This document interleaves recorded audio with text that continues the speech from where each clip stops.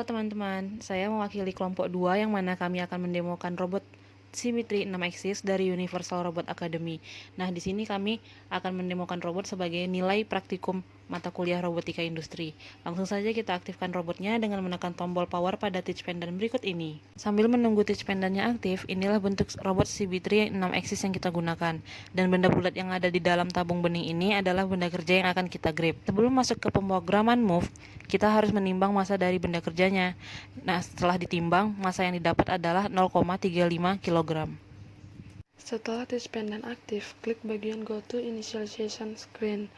Ganti nilai aktif payload menjadi 0,35 kg sesuai dengan massa benda kerja yang sudah ditimbang. Klik button On, kemudian klik button Start. Robot akan berada pada posisi Home. Lalu klik OK. Kemudian klik program robot. Lalu masukkan password sesuai dengan robot yang kita gunakan. Lalu klik Submit. Selanjutnya klik Empty Program, maka akan muncul tampilan seperti berikut. Lalu klik Structure, kemudian pada bagian Basic klik Move. Pada robot program 3, klik Waypoint 1, kemudian klik Command, lalu klik Set Waypoint. Selanjutnya, untuk menentukan waypoint 1, kita harus mengarahkan robot ke titik yang kita inginkan sambil menekan tombol free drive secara bersamaan. Setelah menentukan waypoint 1, lepaskan tombol free drive dan klik OK. Dalam menentukan waypoint 2, lakukan hal yang sama seperti menentukan waypoint 1. Klik Structure, pada bagian Insert, klik URC Apps, kemudian klik RG2, dan klik Command. Kemudian pada Current Weight, klik button Close dan tahan sampai gripper mencapit benda kerja. Lalu klik Save Grabs. Dalam menentukan waypoint 3 dan waypoint 4, lakukan hal yang sama seperti menentukan waypoint 1 dan 2. Selanjutnya, untuk melepaskan benda kerja pada bagian Current Weight, klik button Open dan tahan sampai gripper melepas benda kerja, kemudian klik Save Target.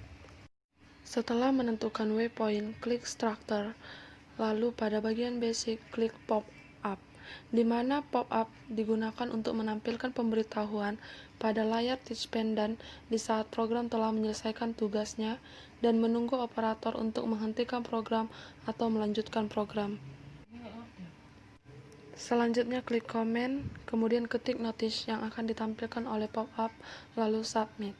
Kemudian klik Preview pop-up, lalu akan muncul notice yang telah diketik, kemudian klik OK.